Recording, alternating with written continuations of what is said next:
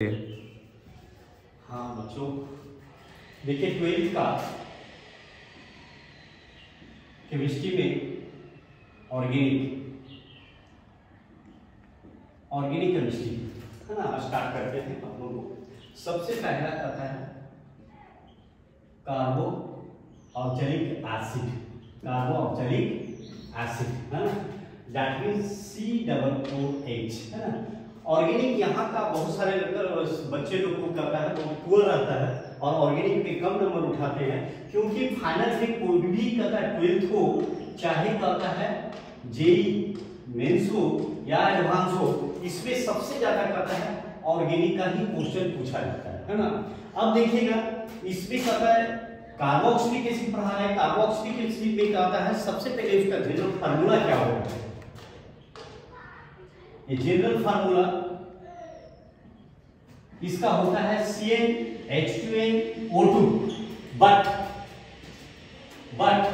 बहुत सारे टीचर लोग या बहुत सारे कहता है कितना, बहुत सारे कहता है स्टूडेंट लोग हैं, या हम बोल सकते हैं बहुत सारे बुक में भी दिया हुआ रहता है कि CnH2n + 1 COOH है ना।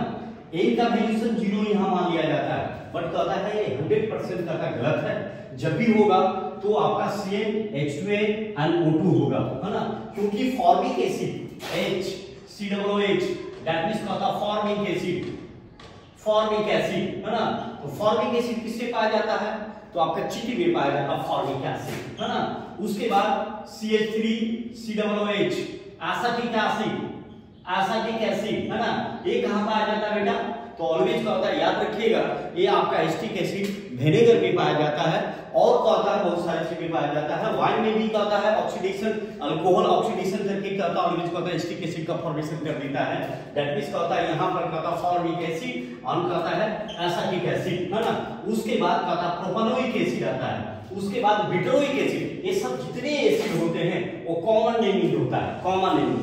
बट कहता है IUPAC नेमिंग में क्या हो जाएगा, IUPAC नेमिंग का मतलब I का मतलब इंटरनेशनल होता है, U का मतलब यूनियन होता है, P का मतलब प्योर होता है, A का मतलब अप्लाइड होता है, C का मतलब केमिस्ट्री होता है। तो IUPAC नेमिंग में क्या होता है, इसी कार्बोक्सिलिक एसिड को बॉन्ड ओइक एसिड कहा जाता है, बॉन्ड है ना, ओइक एसिड, ओइक एसिड।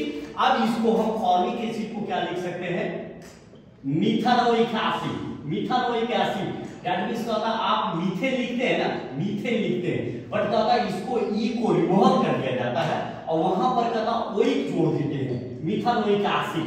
इसी को बोले देंगे इथानोइक एसिड है ना।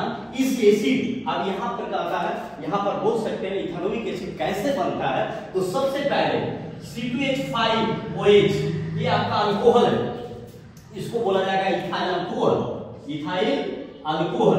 इस इथाइल अल्कोहल को ऑक्सीडेशन करेंगे किसके प्रेजेंस में, तो T2Cr2O7 दैट मींस का protection dioxide oxidation, that means first step CHO, ये आपका बन गया एल्डिहाइड है ना। इसको कहा जाएगा एसिटल्डिहाइड।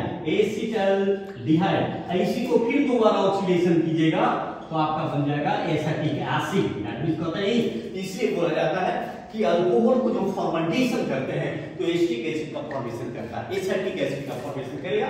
तो ये कार्बोक्सिलिक एसिड ये हमेशा याद रखिएगा, इसका सबसे पहले IUPAC नेमिंग जो होता है ओइक एसिड होता है ना, ओइक एसिड होगा।